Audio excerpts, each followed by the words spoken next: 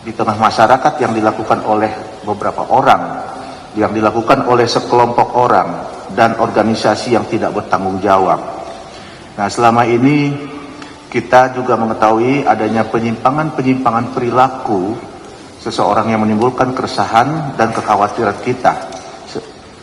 Oleh karena itu, kita di sisi lain sebagai orang tua, sebagai anak-anak, dengan sering terjadinya pelecehan, kemudian pencabulan dan sebagainya, Polri terus bergerak cepat untuk terus mengungkap kasus-kasus ini. Polri terus bergerak untuk tidak memberikan ruang bagi pelaku-pelaku yang menyangkut kaum rentan, terutama perempuan dan anak-anak. Nanti mari kita sama-sama mendengarkan penyampaian pengungkapan kasus yang sudah dilakukan oleh Direktorat PPA PPO. Di antaranya ada beberapa kasus yang sudah dilimpahkan, kemudian yang sudah P21, kemudian pengungkapan lainnya. Oleh karena itu, rekan-rekan, mari kita sama-sama mendengarkan apa yang disampaikan oleh Direktur Tindak Pidana PPA PPO, hasil dari pengungkapan selama ini, kembali lagi terkait masalah anak dan perempuan yang sebagai korban. Dengan demikian, waktu dan tempat kami persilakan kepada Direktur.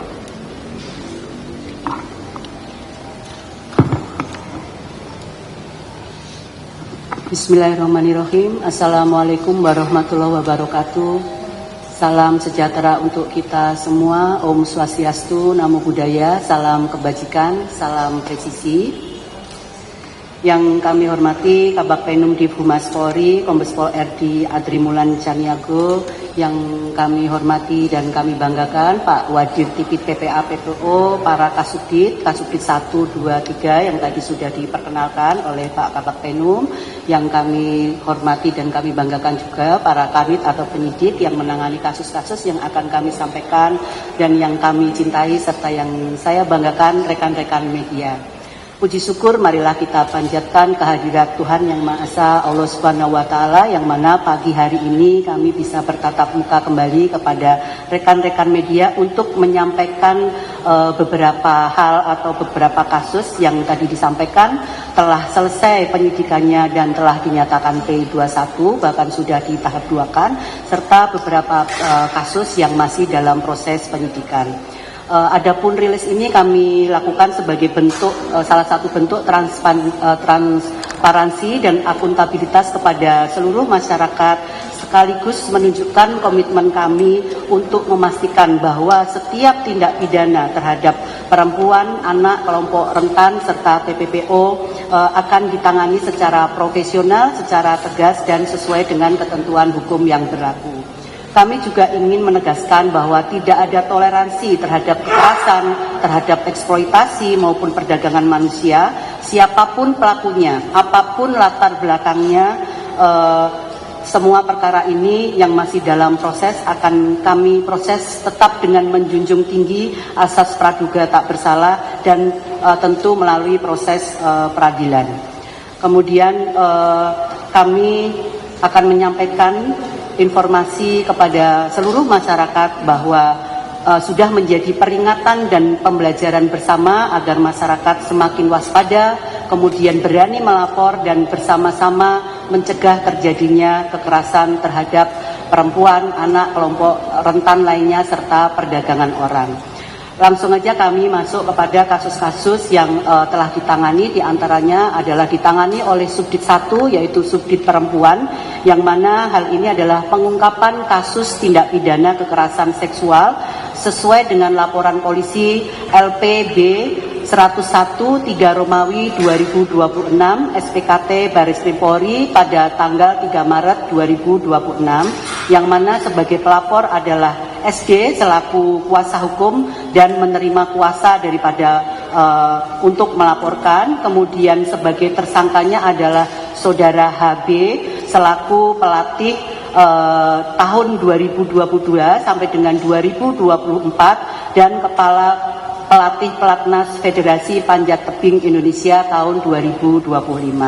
Untuk TKP-nya terjadi di Jalan Harapan Indah Boulevard, Medan Satria Kota Bekasi, Jawa Barat, kemudian beberapa negara saat pertandingan internasional. Kemudian waktunya berulang dari mulai tahun 2022 sampai dengan tahun 2025 bulan Desember. Kemudian pasal yang disangkakan adalah pasal 6 huruf C, Yunto pasal 15 angka 1 huruf C dan E, Undang-Undang nomor 12 tahun 2022 tentang tindak pidana kekerasan seksual telah terpenuhi secara sah. Kemudian ancaman hukumannya pada pasal 6 huruf C yaitu pidana penjara paling lama 12 tahun dan atau pidana denda paling banyak 300 juta rupiah. Kemudian ditambahkan dengan pasal 15 angka 1 huruf C dan E yaitu pidana dimaksud dalam pasal 6 ditambah sepertiga dari ancaman pokok. Untuk modus operandinya yaitu saudara HB memanfaatkan relasi kuasa, hubungan yang tidak setara, serta menyalahgunakan kerentanan korban dengan cara tersangka membujuk dan melakukan pelecehan seksual secara fisik. Kemudian alat bukti yang dapat kami sampaikan yaitu ada keterangan dari 18 saksi, yaitu pelapor, korban, para saksi terkait, kemudian keterangan dari 5 ahli, yaitu 2 ahli visum et repertum, 1 ahli psikiatrikum, 1 ahli pidana, dan 1 ahli tindak pidana kekerasan seksual, bukti surat dan bukti elektronik atau chat, kemudian keterangan daripada tersangka itu sendiri. Kemudian perkembangan penanganan kasusnya yaitu berdasarkan surat Kepala Kejari Kota Bekasi nomor B4285 M217 garing EQ 1 garing 07 kasing garing 2026 tanggal 7 Juli 2026 berkas perkara telah dinyatakan lengkap atau P21 dan berdasarkan surat Bitipit PPA PPO Baris Krim Polri nomor B19 garing 7 Romawi garing res 1.24 garing 2026 Bitipit PPA dan PPO tanggal 13 Juli 2026 telah dilaksanakan penyerahan tersangka dan barang bukti atau tahap 2 ke Kejari Kota Bekasi. Selanjutnya penanganan kasus yang dilakukan oleh Subdit 2 yaitu Subdit Anak, yaitu penanganan kasus kekerasan seksual pencabulan terhadap anak yang dilakukan oleh pemuka agama yaitu inisial SAM sesuai dengan laporan polisi LPB 586 garing 11 Romawi 2025 SPKT Baris Krim Polri tanggal 28 November 2025 yang mana pelapor adalah saudara HM, kuasa hukum daripada korban, terlapornya saudara SAM yaitu laki-laki dengan usia 39 tahun, tokoh agama, kemudian korban 5 orang laki-laki yang mana terdiri dari 4 orang anak dan 1 laki-laki dewasa. TKP-nya ada di Purbalingga, kemudian Sukabumi, Bandung, Jakarta, dan Mesir. Waktu berlangsungnya sejak tahun 2017 sampai dengan tahun 2025. Pasal yang dipersangkakan adalah pasal 415 huruf B dan atau pasal 417 Undang-Undang nomor 1 tahun 2023 tentang KUHP dan atau pasal 6 huruf B Undang-Undang nomor 12 tahun 2022 tentang tindak pidana kekerasan seksual.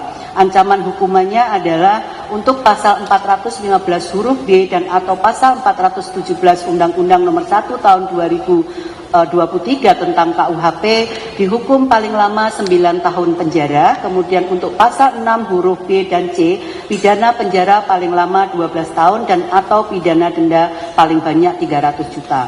Untuk modus operandinya yaitu tersangka yang mengklaim dirinya adalah sebagai tokoh agama dan guru ngaji para korban menggunakan pengaruhnya untuk melakukan kekerasan seksual berupa pencabulan kepada para korban dengan memberikan iming-iming kepada korban untuk difasilitasi melaksanakan kuliah di Mesir, kuliah atau sekolah di Mesir. kemudian alat bukti yaitu keterangan para saksi, para korban, kemudian hasil visum psikiatrikum daripada korban, kemudian keterangan dari ahli TPKS, kemudian hasil digital forensik dari handphone para korban. Perkembangan sampai dengan saat ini bahwa tersangka telah ditetapkan sebagai tersangka pada bulan April 2026, kemudian penyidik juga telah menerbitkan DPO karena tersangka sudah tidak ada di Indonesia, dan telah menerbitkan dan telah meminta atau memohonkan penerbitan red notice ke Interpol, dan pada tanggal 9 Juli 2026 telah diterbitkan red notice terhadap tersangka SAM.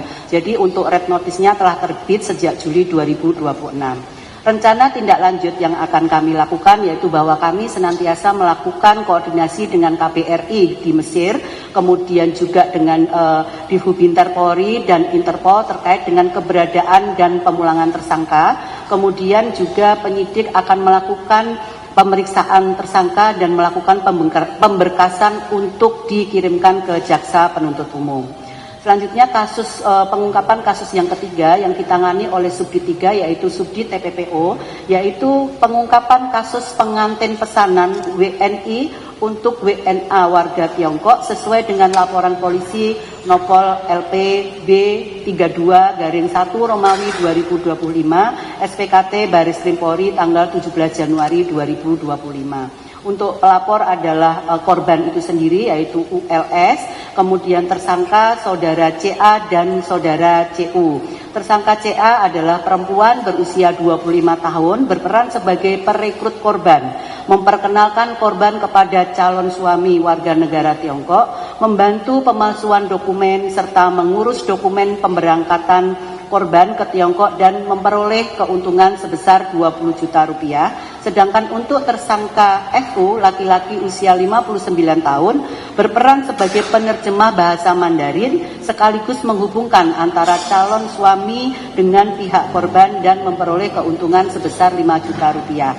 Untuk TKP-nya ada di Jakarta dan China, kemudian waktunya berlangsung dari 2024 sampai dengan 2025. Pasal yang dipersangkakan yaitu pasal 4 Yunto pasal 10 Undang-Undang Nomor 21 Tahun 2007 tentang pemberantasan TPPO, Yunto pasal 55 ayat 1 Undang-Undang Nomor 1 Tahun 2023 tentang KUHP dengan ancaman hukuman penjara paling singkat 3 tahun dan paling lama 15 tahun dan pidana denda paling sedikit 120 juta, paling banyak 600 juta rupiah. Sedangkan modus operandinya yaitu menawarkan kepada korban memberikan gambaran mengenai kehidupan yang lebih layak apabila bersedia menikah dengan warga negara Tiongkok tersebut.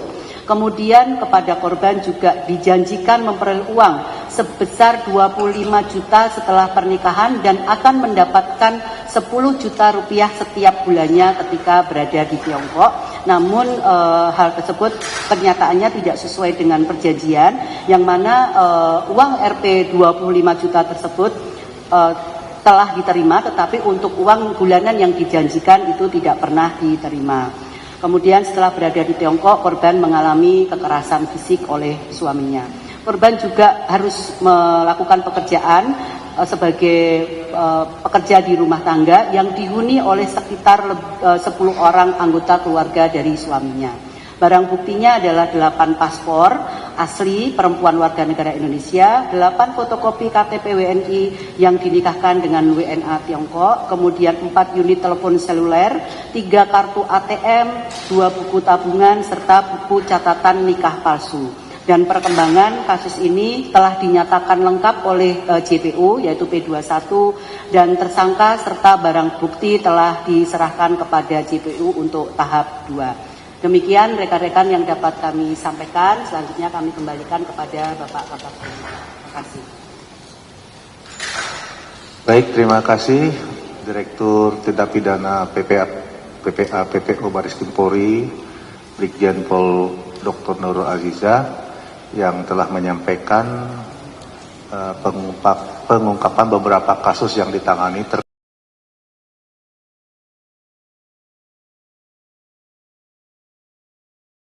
anak-anak dan perempuan. Beberapa pertanyaan Selain dari Direktur, Pak Wadir ada juga hadir yang tadi saya sampaikan beberapa kanit-kanit yang akan atau siap menjawab pertanyaan dari rekan-rekan menyangkut dari upaya-upaya pengungkapan yang sudah disampaikan oleh Direktur Tindak Pidana PPA dan PPO. Saya beri kesempatan untuk sesi pertama 3 pertanyaan dulu. 1, Bu Ayu, Bu Jihan ya, dari Tempo ya. Kemudian ada lagi Mbak Leli. Ya. Selamat datang Mbak Leli. Oke, silakan sebutkan nama dan medianya. Terima kasih.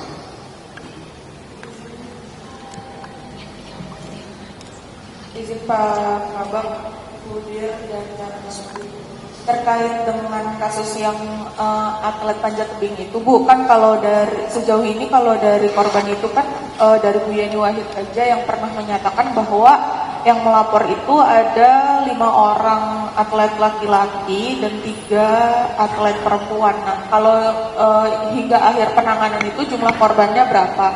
Kemudian terkait dengan Syahal Misri itu kan terakhir Pak Kadif Hub Inter menyatakan bahwa warga negaranya tuh ganda ya untuk Al Misri itu. Nah, ini tindak lanjutnya seperti apa? Apakah mungkin dilakukan ekstradisi atau in absentia atau gimana? Terima kasih.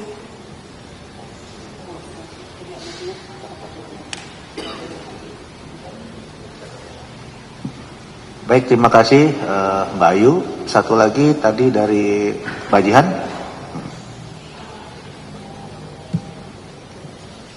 Assalamualaikum, Budir, Jihan dari Tempo, Bu. Terkait untuk pesanan pengantin Tiongkok itu kan kasus baru Bu ya. Itu kan sebelum-sebelumnya itu memang sudah terjadi. Bagaimana sih modus lain yang kerap terjadi untuk perkara pengantin pesanan ini, dan kenapa sih Indonesia jadi salah satu market untuk perempuannya dijadikan sebagai pengantin pesanan, Bu? Terus selama ini jaringan mereka itu apakah seperti di narkoba gitu Bu ya, luas atau gimana pola-pola kerjanya ini? Terima kasih. Baik, terima kasih. Terakhir dari Mbak Leli, silakan. Bu, izin Bu, mau nanya yang soal tadi ngasih semua share diskusi ya Bu ya. Kan sudah tadi sudah penetapan tersangka, sudah tersangka dan juga sudah dilimpahkan bahkan itu. Tapi kan kenapa si tersangka belum dibawa ke sini itu, apa ada kendala atau gimana gitu ya Bu? Terus juga Bu mau nanya juga, kan kemarin ada kunjungan ke Perdana Menteri Thailand ya kalau nggak salah ya, di Indonesia, salah satu isu yang dibahas adalah tentang TPPO kan ya. Di situ apakah Barreskrim juga ikut dalam pembahasan TPPO itu, apa yang akan dilakukan untuk penanganan TPPO? Baik, terima kasih. 3 pertanyaan sudah ditampung oleh para penyidik dan direktur. Mungkin silakan Bu, satu persatu bisa disampaikan jawabannya. Silakan baik Ibu maupun dari para penyidik yang lainnya. Terima kasih. Ya, terima kasih rekan-rekan media yang sudah menanyakan beberapa hal, dan sini sudah ada Kasubdit yang akan langsung menjawab. Untuk Kasubdit 1, silakan untuk dijawab terkait dengan atlet panjat tebing yang melapor ada 5 laki-laki dan 3 perempuan. Sampai dengan terakhir berapa Bu korbannya, seperti itu. Silakan dijawab ya. Untuk Subdit 1 hanya itu ya tadi ya yang terkait dengan panjat tebing. Silakan Bu Sinta. Terima kasih atas waktu yang diberikan kepada kami. Jadi sampai dengan terakhir penanganan di Barreskrim Polri, untuk korban ada 5 atlet putri, untuk 5 atlet putra itu selaku saksi. Demikian. Ya, Mbak Ayu sudah terjawab ya. Jadi sampai dengan terakhir tetap 5 dan yang lain itu sebagai saksi. Kemudian ini untuk Subdit 2 ada 2 pertanyaan. Yang pertama bahwa SAM memiliki informasinya ada 2 kewarganegaraan ganda, nanti bisa dijelaskan seperti apa faktanya. Terus kemudian yang satu lagi yaitu tadi bahwa kendalanya di mana kok sampai dengan sekarang belum dilimpahkan dan sebagainya, nanti bisa dijelaskan karena tadi di penyampaian saya baru pada penetapan tersangka dan kemudian DPO karena sudah ada di luar negeri, kemudian juga sudah dikeluarkan red notice. Silakan Pak Kasubdit 2 untuk disampaikan. Baik, terima kasih Ibu Direktur. Baik, rekan-rekan media, akan kami sampaikan penjelasan terkait dengan saudara Sam atau Sam terkait dengan warga negara ganda. Pada saat si pelaku atau tersangka mengajukan menjadi WNI, otomatis karena kita tidak menganut kewarganegaraan ganda, salah satunya kewarganegaraan asli awal yaitu Mesir, pasti dilepas oleh yang bersangkutan.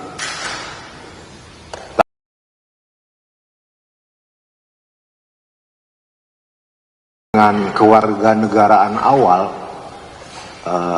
ternyata Mesir memiliki peraturan bisa memiliki kewarganegaraan ganda. Ini yang belum bisa kita pastikan karena kita masih terus berkoordinasi dengan pihak Mesir melalui kedutaan besarnya yang berada di Indonesia. Sampai saat ini untuk terkait ekstradisi, kami masih melakukan kerjasama dengan Interpol melalui Hub Binter karena negara kita tidak memiliki perjanjian ekstradisi dengan negara Mesir. Jadi kami memilih jalur Interpol untuk melakukan pemulangan terhadap tersangka. Mungkin itu yang bisa kami sampaikan. Terima kasih. Ya, selanjutnya pertanyaan untuk Subdit 3, ini ada 3. Yang pertama adalah pengantin pesanan bahwa sebelumnya kasus ini ditangani juga sudah sering terjadi seperti itu.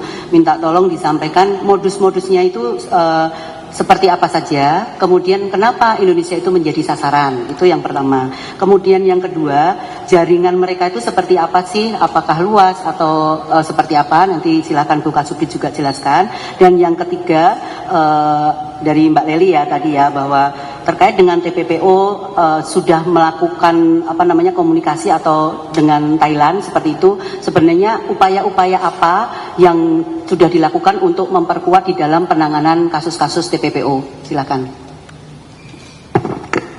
Terima kasih Bu Dir atas kesempatan yang diberikan. Untuk pengantin pesanan, modus operandi yang selama ini yang terjadi adalah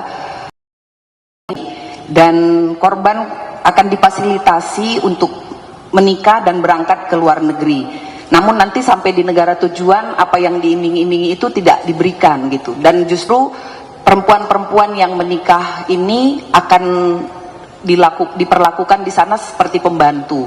Jadi mengerjakan pekerjaan sehari-hari, namun uangnya tidak diberikan untuk bulanannya. Itu yang terjadi, yang sudah P21 yang kami tangani. Dan apakah modus ini adalah hal yang baru? Sepertinya bukan hal yang baru, sudah beberapa yang saat ini kami tangani. Ada 1 LP lagi yang masih berjalan dan ada 1 LI dan ada 2 brapak yang juga sudah masuk ke kami yang modusnya sama, yaitu pengantin pesanan. Dan kebanyakan pengantin pesanan ini semuanya berada di Guangzhou. Jadi untuk koordinasi kita juga di sana tetap kita lakukan, dan modus ada iming-iming yang diberikan ke pengada di Indonesia seperti itu. Kalau saya terjadi kasus yang ini, korban PNS itu yang bersangkutan sekarang di mana? Apakah juga ada di Guangzhou tadi? Terus biasanya perkenalan itu terjadinya di Indonesia atau di luarnya? Di luar negeri? Baik, untuk yang LS ini kejadiannya ada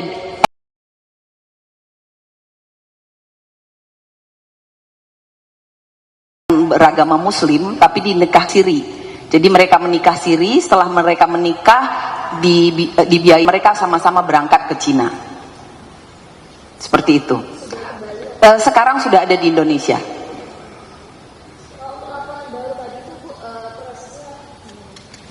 Untuk yang laporan baru kami belum bisa menyampaikan, nanti kalau sudah ada penanganan seperti apa kami akan menyampaikan kembali. Negara-negara mana sih Bu yang sering melakukan hal serupa selain China? Untuk saat ini semua laporan yang kami terima dari Guangzhou.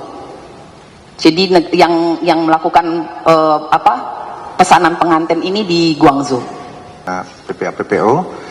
Saya beri kesempatan lagi 3 pertanyaan mungkin dari rekan-rekan media yang mau menanyakan, atau mungkin cukup tadi sudah diborong sama Mbak Jihan. Ada yang mau tanyakan? Cukup ya? Baik. Terima kasih teman-teman media. Sebelum saya akhiri mungkin ada penyampaian kembali oleh Bu Direktur. Silakan Bu. Baik, terima kasih rekan-rekan, mohon kesediaan waktunya ya, mumpung kita kembali bertatap muka. Ada beberapa hal yang ingin kami sampaikan, bahwa kekerasan seksual, fisik maupun psikis, eksploitasi seksual termasuk di ranah online, perdagangan orang maupun penyelundupan manusia dapat meninggalkan dampak yang panjang terhadap korban. Karena itu penanganannya harus dilakukan secara serius, cepat, profesional, dan berpihak kepada perlindungan korban, dan itu selalu kita ingatkan kepada para penyidik kita untuk memegang teguh itu. Kemudian dalam hal ini di PPA PPO Bareskrim Polri akan terus memperkuat kemampuan penyidikan, meningkatkan koordinasi dengan kementerian, lembaga, dan mitra terkait untuk membangun kerjasama lintas negara maupun dalam negeri untuk menghadapi kejahatan-kejahatan, khususnya juga kejahatan transnasional, serta memastikan setiap laporan masyarakat ditangani secara profesional dan dapat dipertanggungjawabkan. Artinya kami komitmen untuk terus melakukan penanganan secara profesional dan bermitra dengan stakeholder terkait baik dalam maupun luar negeri, karena kami tidak mungkin melakukan sendiri untuk menangani kasus-kasus tersebut. Kami juga mengajak kepada seluruh masyarakat untuk tidak mudah percaya terhadap tawaran pekerjaan, pernikahan, pendidikan, atau kehidupan yang lebih baik apabila terdapat indikasi eksploitasi, penipuan, atau pemberangkatan melalui jalur-jalur yang tidak sesuai dengan ketentuan. Khusus bagi korban perempuan dan anak serta kelompok rentan lainnya, kami ingin menyampaikan pesan bahwa Anda tidak sendiri. Polri hadir untuk melindungi, memberikan rasa aman, dan memastikan bahwa proses hukum tetap berjalan. Kami juga mengharapkan dukungan dari rekan-rekan media untuk menyampaikan informasi secara berimbang, tidak membuka identitas korban, terutama korban kekerasan seksual, termasuk anak yang berhadapan dengan hukum, serta tetap memperhatikan kepentingan dan pelindungan korban dalam kepastian hukum, mencegah terulangnya kejahatan, dan membangun kepercayaan masyarakat terhadap institusi penegak hukum. Di tipit PPA PPO Bareskrim Polri meningkat lembaga, dan pada kesempatan ini kami mohon izin menyampaikan beberapa himbauan untuk bersama-sama kita melakukan pencegahan agar tidak terjadi kekerasan di lingkungan sekitar kita. Jangan diam terhadap kekerasan. Jadi rekan-rekan media juga apabila menemukan itu berkenan untuk melaporkan kepada kami. Kekerasan terhadap perempuan, anak, dan kelompok rentan termasuk TPPO bukanlah menjadi urusan pribadi yang boleh dibiarkan. Jika melihat, mengetahui, atau menduga adanya kekerasan, jangan diam, jangan melindungi pelaku, kemudian lindungilah korban dan segera melaporkan, karena diam dapat membuat pelaku semakin leluasa dan korban menjadi semakin terpuruk. Kemudian jangan takut melawan budaya yang membungkam korban. Korban tidak boleh disalahkan, tidak boleh dipermalukan atau dipaksa untuk diam. Yang harus dipertanyakan adalah perbuatan pelaku, bukan pakaian, bukan pergaulan, bukan pekerjaan, atau latar belakang korban. Mari kita ciptakan lingkungan yang membuat korban berani berbicara dan mendapatkan perlindungan. Kemudian jangan percaya pada pelaku yang hanya karena status atau kedudukannya. Jabatan, profesi, prestasi, kekayaan, maupun status sosial bukan jaminan seseorang bebas dari perilaku pidana. Jika ada tindakan yang melewati batas, mengancam, memaksa, atau mengeksploitasi, jangan takut untuk bersuara dan mencari pertolongan. Kemudian jangan tergiur dengan tawaran kerja ke luar negeri yang tidak jelas dengan iming-iming penghasilan yang tinggi, gaji besar, pekerjaan mudah, dan janji kehidupan yang lebih baik bisa menjadi pintu masuk perdagangan orang. Pastikan pekerjaan, perusahaan, kontrak, dokumen, dan proses keberangkatan itu resmi. Jangan berangkat jika prosedurnya tidak jelas. Kemudian, sekali lagi waspadai modus pengantin pesanan. Jangan sampai janji menikah dengan warga negara asing dan hidup lebih baik menjadi menuju ke eksploitasi. Kenali calon pasangan, periksa identitas dan latar belakangnya, pahami kemudian hak-hak Anda, dan jangan pernah menerima pernikahan karena paksaan atau iming-iming yang tidak masuk akal. Kemudian lindungi anak dari predator di dunia nyata maupun dunia digital. Orang tua harus tahu dengan siapa anak bergaul, berkomunikasi, dan berinteraksi di internet. Ajarkan anak untuk tidak mengirimkan foto, video, atau data pribadi kepada orang lain, serta segera bercerita jika mendapatkan ancaman, bujukan, atau perlakuan yang membuat tidak nyaman. Kemudian jangan berikan ruang kepada pelaku untuk mengulangi perbuatannya. Caranya jangan menutup-nutupi kekerasan hanya karena pelaku adalah orang dekat kita, tokoh, guru, pelatih, atasan, anggota keluarga, atau orang yang dianggap memiliki pengaruh. Tidak ada status yang lebih tinggi daripada hukum.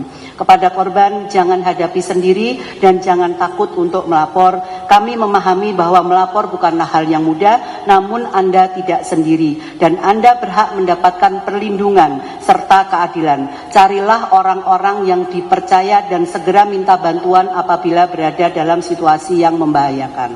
Kepada masyarakat, jangan menjadi bagian dari rantai TPPO, jangan menjadi perekrut, jangan menjadi perantara, penyedia dokumen, pengantar, atau pihak yang membantu keberangkatan seseorang apabila mengetahui atau patut menduga bahwa orang tersebut akan dieksploitasi. TPPO adalah kejahatan serius dan setiap orang yang terlibat akan berhadapan dengan hukum.